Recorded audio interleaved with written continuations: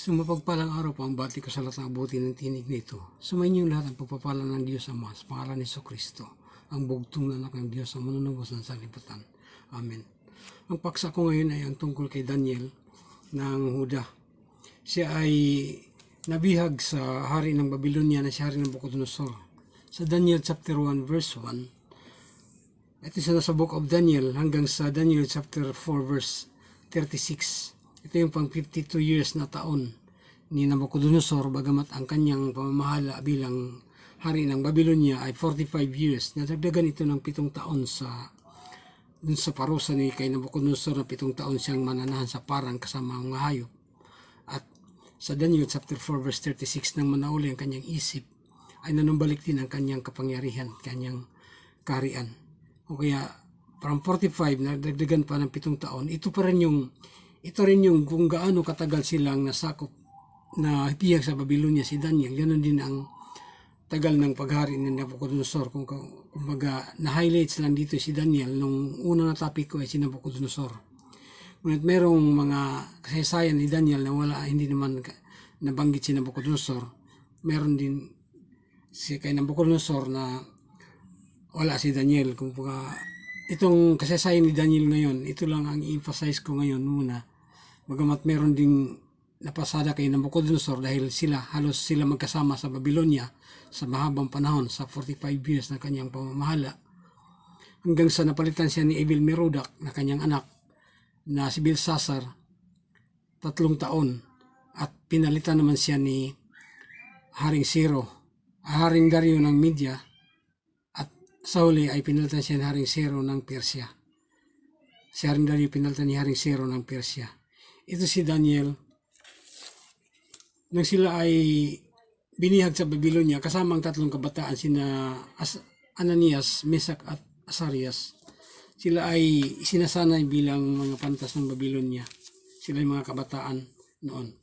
At sa Daniel chapter 2 verse 1, nang managinip si Haring Nabucodonosor, ito ay pang-4 na taon na ni Haring Joachim dahil sila ay nasakop ni Haring Nabucodonosor nung unang taon ni Haring Nabucodonosor, 2 taon ni Haring Joachim ng Huda, anak ni Josias. Pang-4 na taon ni Haring Joachim, ito yung 2 taon ni Haring Nabucodonosor at sila naginip dito.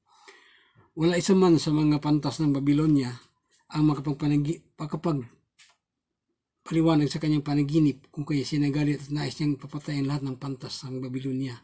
Ngunit lumapit si Daniel kay Aryok, ang kapitan ng tanod ng hari, na inutosang pumatay sa mga pantas at dumulog sa hari upang bigyan siya ng kaunting panahon at ipaliwanag niya ang panaginip. Haring Nabucodonosor ay nagpagawa ng napakataas na rebulto, 90 feet ang taas at 9 feet naman ang lapad. Napakataas nito. O kaya dito naman ay naitapon sa naglalagablab na apoy ang 3 kabataan, sina Ananias, Misael at si Asarias, dahil sa hindi nila pagsunod sa utos ng hari na sumamba sa rebulto na kanyang pinagawa. At saka sa chapter 4, ito na ang pangalawang panaginip ni Haring Nabucodonosor, na ito na sa haba ng panahon, ang pangalawang panaginip ni Haring Nabucodonosor, ito yung pang 44 years ng kanyang pamamahala. Lumipas ang 12 buwan o 1 taon, pang 45 years. Ang sabi ng na ang kanyang isipan ay napalitan ng isipan ng hayop at doon siya nananahan sa parang kasama ng mga hayop. Nanginain siya ng damo tulad ng baka. Kanyang buhok ay tulad ng balahibo ng agila. Kanyang kuko parang kuko ng mga ibon. O kaya dito si Haring Nabucodonosor, ito yung time na ito yung pinayuhan siya ni Daniel na magbagong buhay, magbalik loob sa Diyos. Dahil sa pagyayabang na ni Haring Nabucodonosor na siya ang pinakadakilang hari noong sa kapanahunan, o kaya hindi siya nagpakumbaba, o kaya ang parusa sa kanya ay naganap. Ngunit sa takdang panahon na 7 taon na itinakda para sa kanya, nang balik ang kanyang isip, sa Daniel chapter 4 verse 36, ay ito ay 7 taon na si Haring Nabucodonosor ay nawala sa isip at doon na nasa parang ang naghari doon sa Babylonia si Evil-Merodach o Belshazzar na kanyang anak. 3 taon si Belshazzar o Evil-Merodach, pinalitan siya ni Haring Dario ng Media. At sumunod kay Haring Dario ay si Haring Ciro ng Persia. Si Haring Ciro ay anak ni Haring Dario ng Media. At ito ay sa pang 52 years na sa bilang ng mga taon, ito pang mula 609 BC ng pagkakabihag ni Daniel hanggang sa 557 BC nang manauli ang isip ni Haring Nabucodonosor at ang kanyang kapangyarihan ay nagbalik. At sa Daniel chapter 10 verse 3, ito ay pangatlong taon na ni Haring Ciro ang binanggit dito, nagkaroon ng pangitain si Daniel. Kung kaya dito ang mga kasaysayan. Highlights lang yon. At si Daniel lang siya ay nasa Babylonia. Noong panahon ni Haring Dario, siya ay naitapon sa kulungan ng mga leon dahil sa inggit ng kanyang mga kasamahan na siya ay ginawang puno ng mga pantas ng Babylonia ni Haring Nabucodonosor.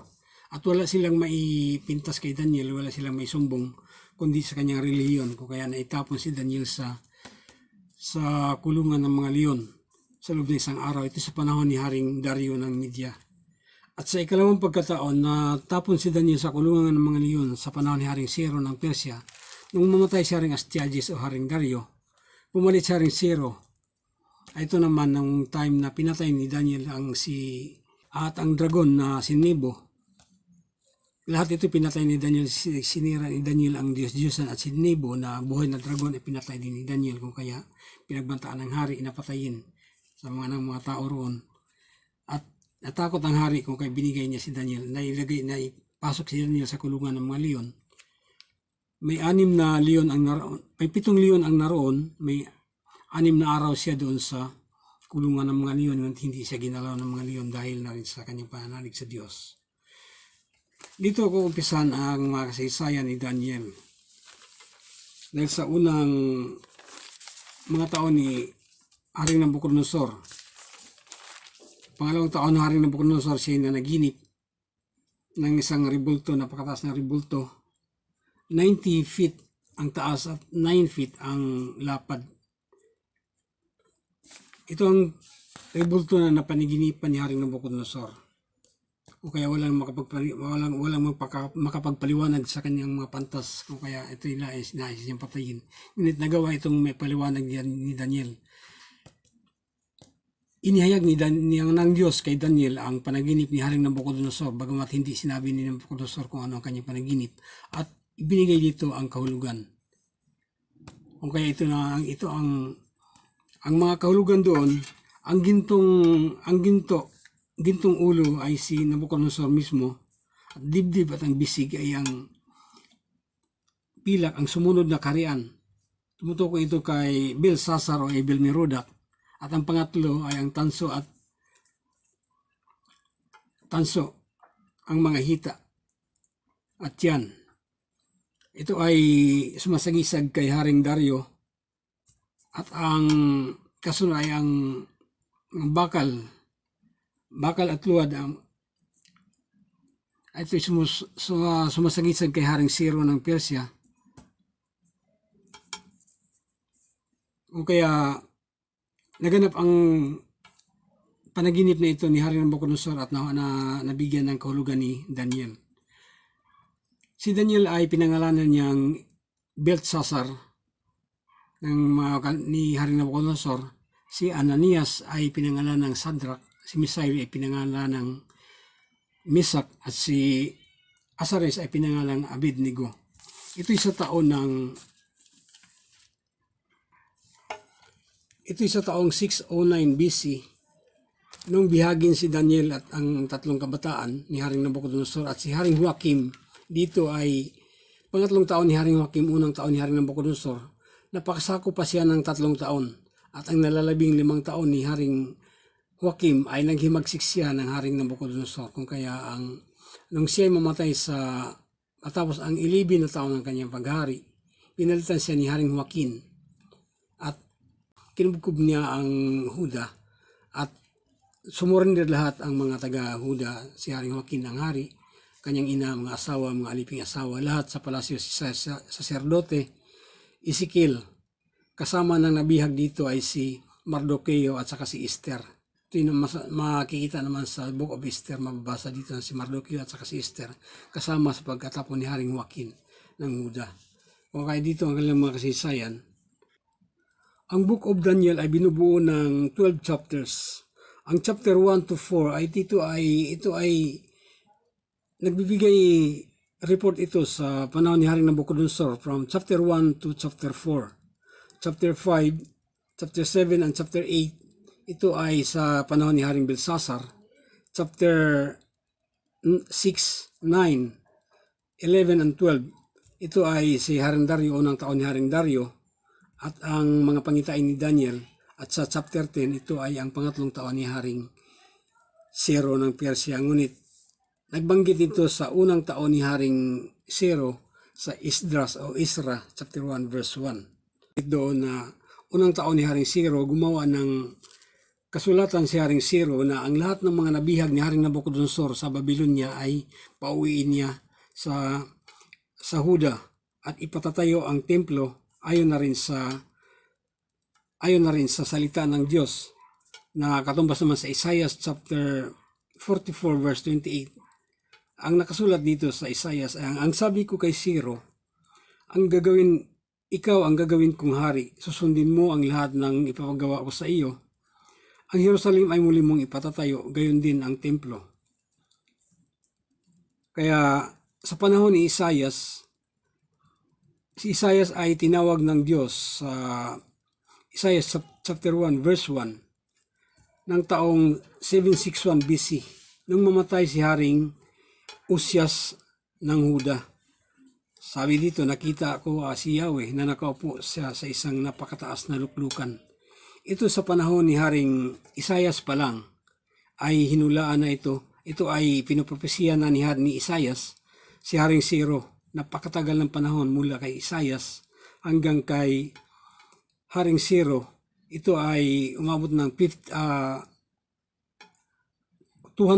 years mula 761 to 557 BC. At ang mga hari dito ay sa kapanahon na ni Uzias, Jotham, Akas, Ezekias. Ito ay nagmula ang propesya ni Isaiah hanggang sa kapanahon ni Haring Ciro, napakahabang panahon. Pagkatapos kay Ezekias si Manases, si Amon, dito na si Manases, si Amon, si Huakas, si Joaquin, si Sidikias, at ang 26 years after nang masakop ang Jerusalem, na si Gedalias ay 2 months lang na naging gobernador ng Huda. Hanggang sa ika-37th year ng kanilang pagkatapon, ito ay sa 564 BC.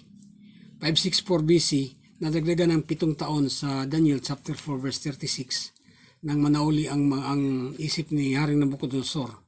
Ito matapos na maghari si Evil-Merodach at si Haring Dario ng Media, 7 years, o kaya umabot sa 557 BC. Napakatagal ang nangyayari. 204 mula sa 761 BC nung kamatay ni Uzias, nung tinawag si Isaiah, unang nagkaroon ng pangitain si Isaiah nung namatay si Haring Uzias. Napakahabang panahon hanggang sa unang taon ni Haring Ciro, 557 BC. At sa Daniel chapter 10 verse 3, ito yung ikatlong taon ni Haring Ciro. Nadagdagan pa ng 2 taon. Ngunit dito lang ako sa 557 BC muna. At ang dumugtong dito ay ang sa Bel. Ito ay mga kasaysayan naman ito sa Biblia, ngunit wala ito sa ibang mga kasulatan dahil ito lang ay sa mga Deuterocanonico. Ang Deuterocanonico, ito yung hindi ito gaanong pinaniwalaan ng ibang mga paniniwala dahil hindi ito nakakanonize. Ito yung mga banal na kasulatan. Ang sabi nga sa 2 Timothy chapter 3 verse 16, ang mga kasulatan ay pwede natin itong gamitin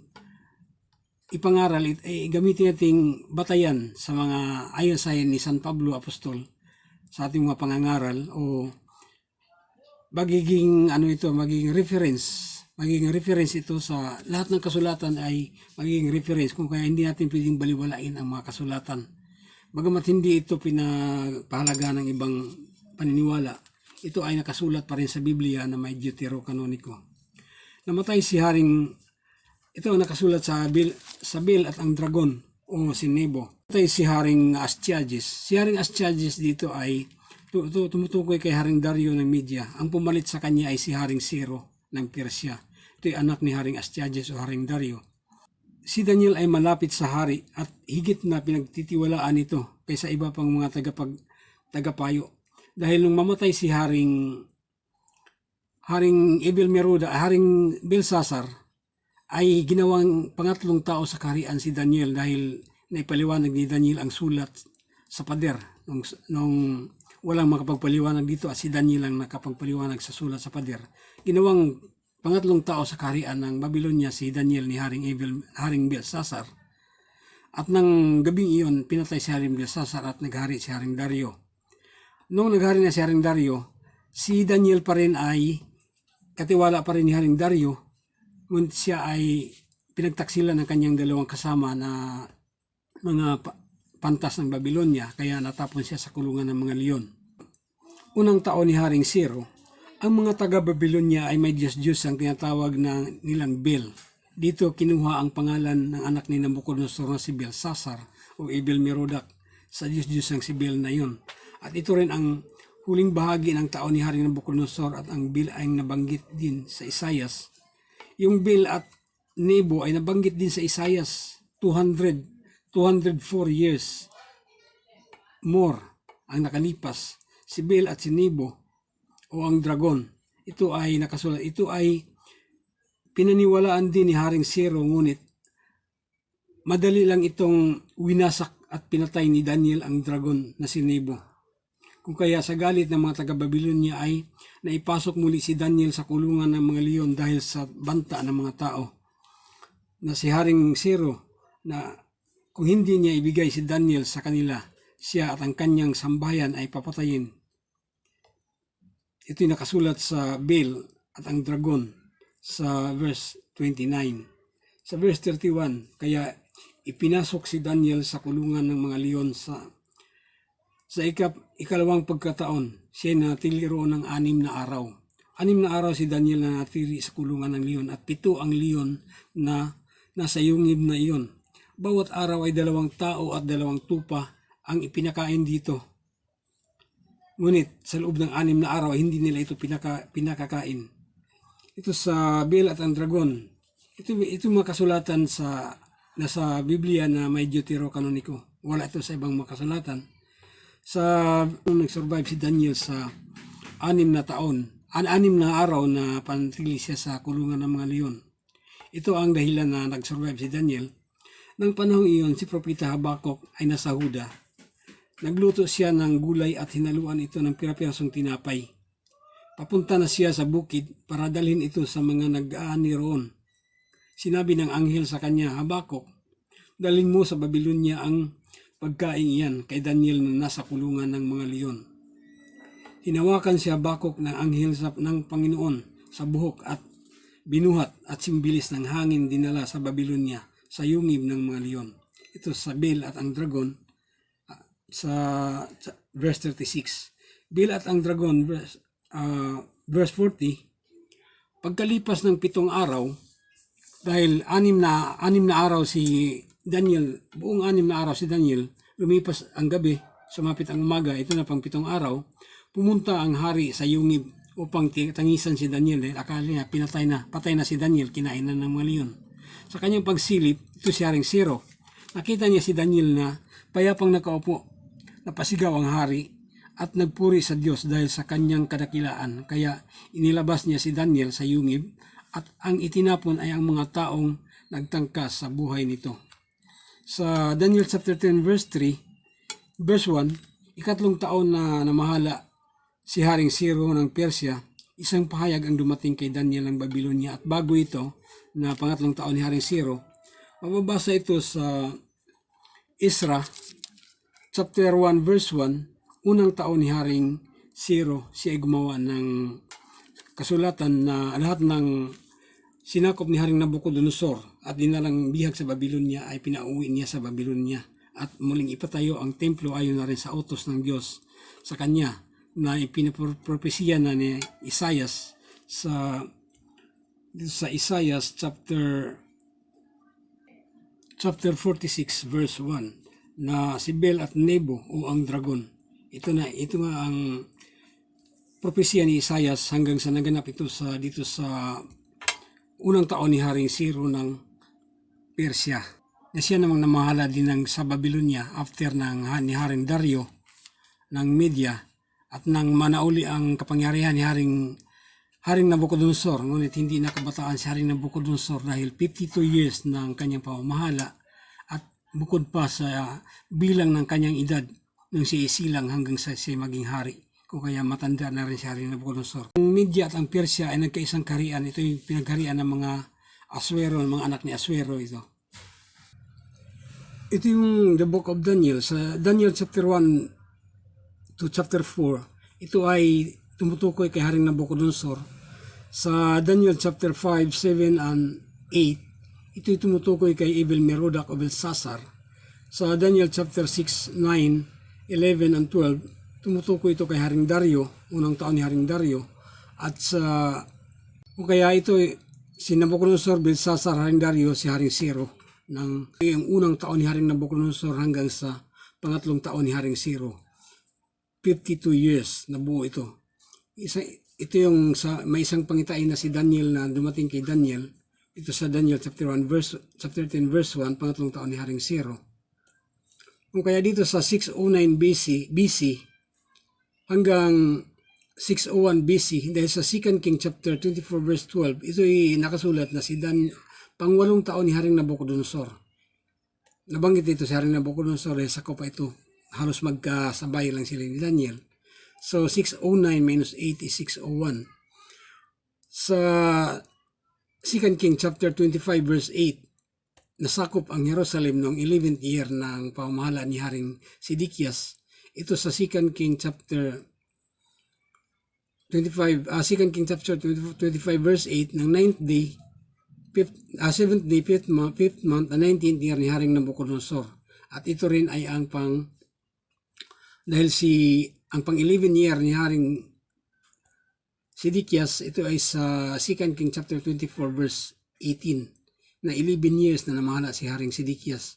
Kaya dito bumagsak ang Jerusalem. Pumapatak ito sa 590 BC. Mula 601 minus 11 is 590 BC. From 590 BC, ito yung hanggang 586 BC, ito yung sa Jeremiah chapter 50 verse 32, pang 23 years ni Haring Nabucodonosor. Mula ng pagbagsak sa Jerusalem, pang 23 years, ito yung bigay ito sa book of Jeremiah. At ito yung 576 BC. Mula 576 BC hanggang 564 BC, to 12 years. Ito ay pang 45 years ni Haring Nabucodonosor sa 2 King chapter 25 verse 27. Hanggang sa manumbalik ang pag-iisip ni Haring Nabucodonosor, ito pang 45 years ng kanyang pamamahala. Pinalitan siya ni Haring Evil-Merodach o Belshazzar para mabuo ang 7 taon nung nakabalik ang kanyang isip. 4 na taon ang kinuha ito kay Haring Dario para mabuo ang 7 taon na manumbalik ang isip ni Haring Nabucodonosor. O kaya ang 52 years, ito yung 52 years, pumapatak sa 557 BC. At ito ay unang taon ni Haring Dario dahil namatay, Haring Ciro dahil pagkamatay ni Haring Astyages o Haring Dario, ang pumarit dito ay si Haring Ciro na ng Persia. Dito na nakasulat si Belt ang dragon. At saka sa Isra chapter 1 verse 1, unang taon ni Haring Ciro. Sa Daniel chapter 10 verse 1, pangatlong taon ni Haring Ciro. Kung kaya ito ang nakasulat sa Daniel chapter 11 verse 1, ito ang nakasulat sa Daniel 11 verse 1, ito ang katotohanan ang sabi ng nakadamit ng kayong lino kay Daniel. 3 pa ang magiging hari ng Persia.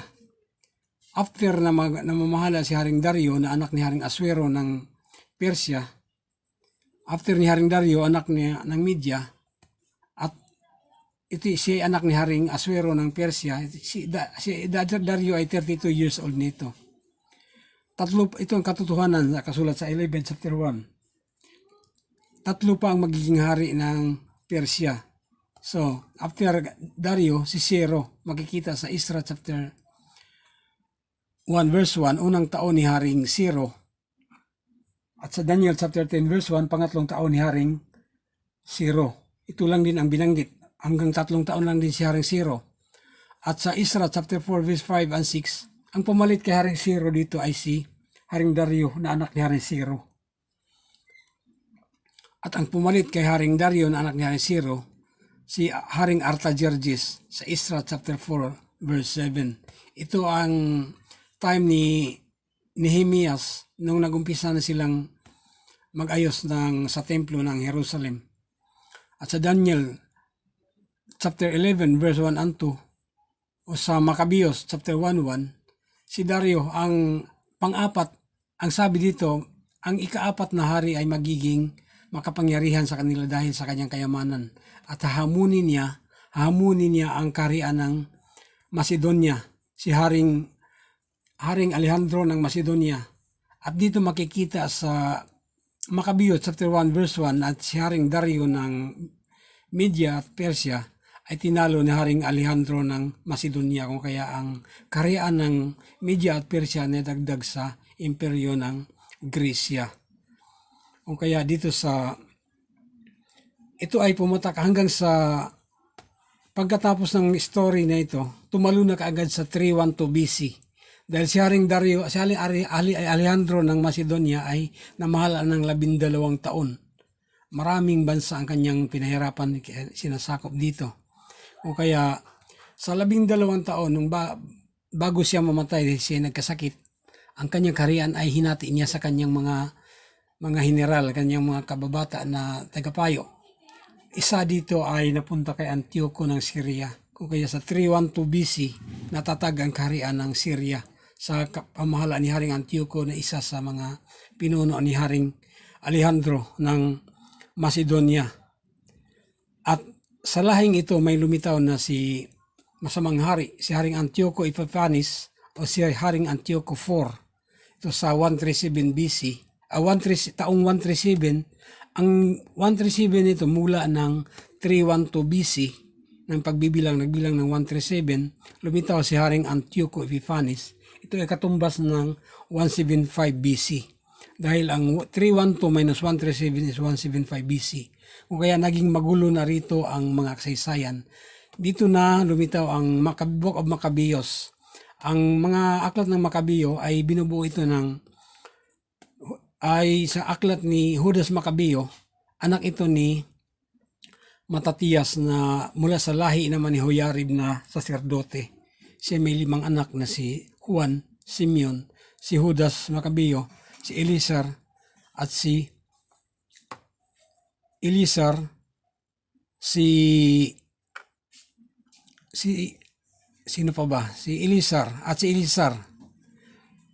Pinamunuan ni Judas Maccabeo ang Israel at pagkamatay niya ay ang pumalit sa kanya ay si Jonathan. O kaya dito, naging malabo na ang kasaysayan sa pagbibilang dahil mula ng 557 BC, tumalon ito sa 312 BC at hanggang kay Juan Hircano na anak naman anak ito ni Simon na kapatid ni Judas Maccabeo, si Juan Hircano. Ito sa 34 BC. Dito na ang kasaysayan dito sa 34 BC, si Juan Hircano na anak ni Simon na kapatid ni Judas Maccabeo. Kung kaya sa pagbibilang naging magulo na dito, kung kaya sinalo ko ang lahat ng pagbibilang dahil merong ibang kasulatan na magsasalo dito. Sa unang taon ni Haring Sidikias, sa unang taon ni Haring Sidikias, dahil ito ay may sequence of time na ang lahat ng pagbibilang ay nakabase sa kaharian ng Huda dito sa mga paghahari. At mula nang lumisan sila sa Ehipto, ang 600 BC, ito yung unang taon ni Haring Sidikias na nagmula ito kay nagmula kay Solomon. Si Haring Sidikias, nagmula ito kay Solomon ng kanyang 36th year dahil ang 4 year and 2nd month ni Solomon ay bilang na dito sa isang chart of generation table ang 480 years. Ang sabi sa 1 King chapter 6 verse 1, 480 years mula nang lumisan sila sa Ehipto sa Exodus chapter 12 verse 40 to 41. Ito'y pang-apat na taon ni Haring Solomon. Kung kaya ang 40 years ni Haring Solomon na nakasulat sa 1 King chapter 14 verse 21, 42, 11 verse 42, na 40 years si Solomon na namahala. Ngunit ang 4 years ang 2nd month ay bilang na rito sa kabilang chart. Kung kaya 36 na lang dito. Kung kaya dito naman ang 1499, ito yung pag-alis nila sa Ehipto. At ang lahat ng mga pagbibilang, at ang 1499, dito naman nagmula ang 1499 katumbas ng 2601 BC. Ito ay mula lahat sa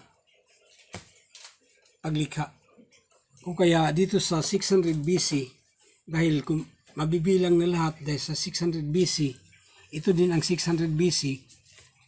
Ito yung si Sidikias, unang taon ni Haring Sidikias, 600 BC. Ito yun, ang 600 BC. Si Sidikias ay namahala ng 11 years. Kung kaya 10 years na lang bibilangin, from 601 minus unang taon, so 600 minus 10 is 590. Kung kaya pumatak sa 590 BC. Dito lang muna, kung kaya sinasalo ko to dito sa isang kasulatan sa The Book of Mormon. Dahil sa unang taon ni Haring Sidikias, ito ay may isang pamilya na ang pangalay Lehi, na kanyang asawa, mga anak na si Laman, Lemuel, Sam at Nephi. Ito'y lumisan sa Jerusalem.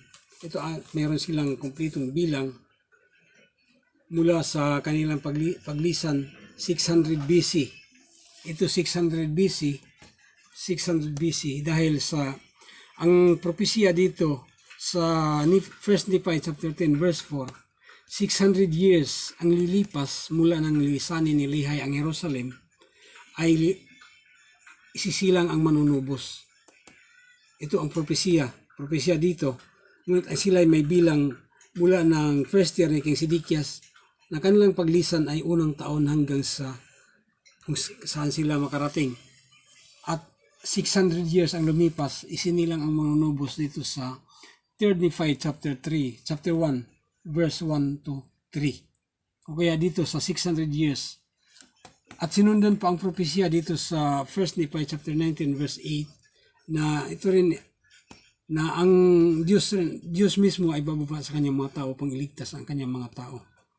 O kaya dito nakasulat ang mga propesya lahat. At ang nakasulat sa Biblia na may isang bituin na hindi pa nasilayan kailanman ay ito nakasulat sa Hilaman chapter 14 verse 2. Ito na 5 taon bago isilang ang manunubos.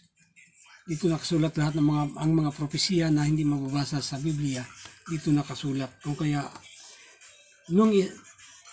sa 3 Nephi chapter 1 verse 1 to 3, dito isilang manunubos pang 600 years. 600 BC to 1 AD is 600 years. Ang 600 years is to 1 AD. Dito ko natatapusin muna ang mga pagbibilang dahil ano lang ako. Kay si Daniel lang ang topic ko. Dahil si Daniel lang ang topic ko ngayon, ngunit ang mga pagbibilang ay diretso na ito mula sa paglikha. Pagdaan kay Daniel, naging magulo na ang bilang kung kaya sinalo ito sa The Book of Mormon hanggang sa mabuo ang bilang hanggang sa taong kasalukuyan. Dito ko muna tatapusin ang bahaging ito kay Daniel. Sumanyong lahat ang pagpapala ng Diyos Ama sa pangalan ni Jesucristo, ang bugtong na anak ng Diyos, ang manunubos ng sanlibutan. Amen at amen.